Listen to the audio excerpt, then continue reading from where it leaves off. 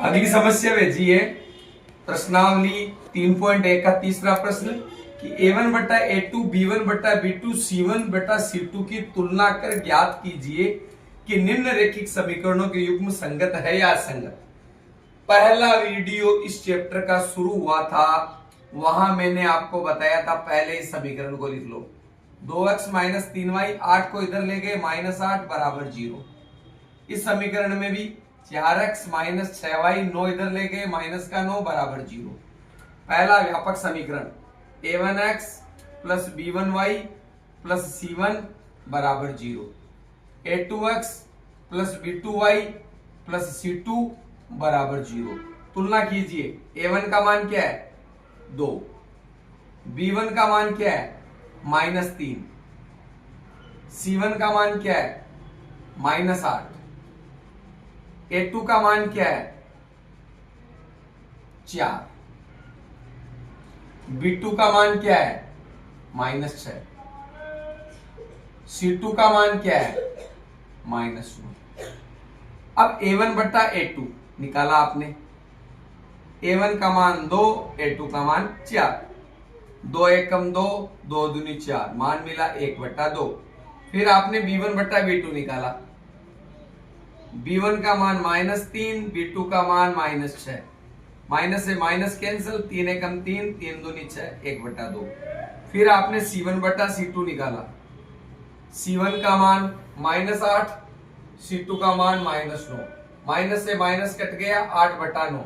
निष्कर्ष क्या निकला, ये दोनों तो बराबर है परंतु c1 बट्टा c2 बराबर नहीं है, कि a1 बट्टा a2 बराबर b1 बट्टा b2 परंतु c1 बट्टा c2 बराबर नहीं है। आपको ये कंडीशन किसके लिए बताई थी, जब L1 पहली रेखा क्या है L1, दूसरी रेखा क्या हो गई L2, L1 पैरेलल L2 अर्थात L1 समांतर L2, उस स्थिति में आपको ये स्थिति मिलेगी। और इस स्थिति में कोई हल नहीं होगा, जब रेखाएं समांतर है कोई हल नहीं, और कोई हल नहीं का मतलब ही है असंगत हल, संगत बनी नहीं। अब आगे एक समस्या और भेजी है पंकज ने और विवेक ने, दोनों की कंबाइंड समस्याएं हैं।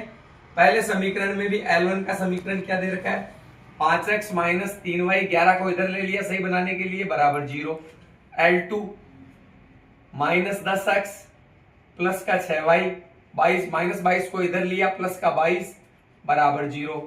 व्यापक समीकरण a1x plus b1y plus c1 बराबर 0, a2x plus b2y plus c2 बराबर 0। तुलना कीजिए, a1 का मान क्या मिला 5, b1 का मान क्या मिला -3,